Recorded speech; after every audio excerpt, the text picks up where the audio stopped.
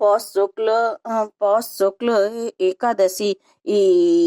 भगवान कृष्ण बोले, हे धर्म पुत्र, पौष मास के शुक्ल पक्ष एकादशी का नाम पुत्र है और पुत्र की कामना पूरी करने वाली ही है। इसके महात्म की कथा ऐसे है। एक समय भद्रावती नगरी में एक संकेता मन राजा राज्य करता था। उसकी स्त्री का नाम सैव्या था और विश्व विभूति से भवन भरा था। द्वार पर चिंतामणियों का प्रकाशक था और परंतु राजा की आंखों में अंधेरा सा प्रतीत होता था, कारण कि उसके पुत्र नहीं था और वह स्वर्ग में सुखों को नरक के समान रहता था। श्रेय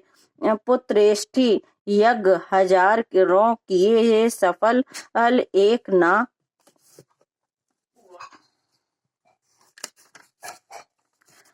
हुआ। देवताओं को लाखों प्रणाम किए कि आशीर्वाद किए, एक भी ना मिला।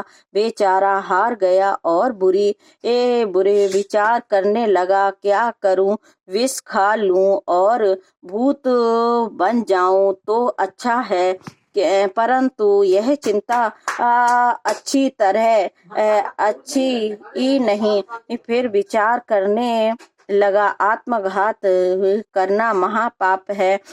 इस चिंता से छूटे हुए उपाय वनवासियों के से पूछे घोड़े पर सवार होकर वन विहार करने लगा और पशु पक्षी इत्यादि जीवों को पुत्र के साथ खेलते हुए देखा। मन में कहने लगा, मेरे से यह भी सौभाग्य है। आगे चलो। एक सरोवर मिल गया। उसमें मछलियां, मेढक इत्यादि पुत्रों के साथ विलास कर रही थी।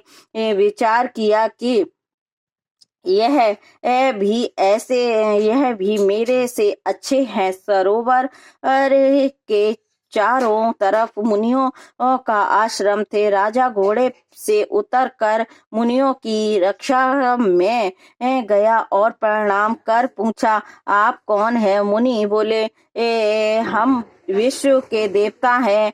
इस सरोवर को पतित पावन समझकर स्नान के लिए आए। आज पुत्र दा एकादशी का पर्व जो पुत्रों की इच्छा पूर्ण करता है। राजा बोला, क्या यह दिव्य फल मुझे प्राप्त करने से मिल जाएगा? विष्णुदेव बोले, हमारी बात सत्य होगी, परीक्षा कर के देख लो। राजा ने श्रद्धा से पुत्रदा एकादशी का व्रत करा और रात्रि को जागरण किया।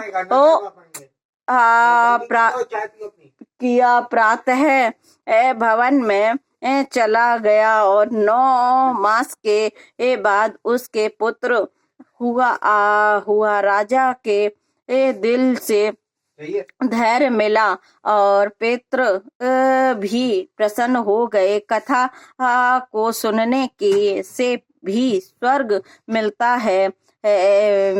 इसमें मिलता है फलाहार। इस दिन नारायणी जी की पूजा की जाती है और इस दिन बछड़े की माँ गौ के दूध का सागर लिया जाता है। बोलो श्री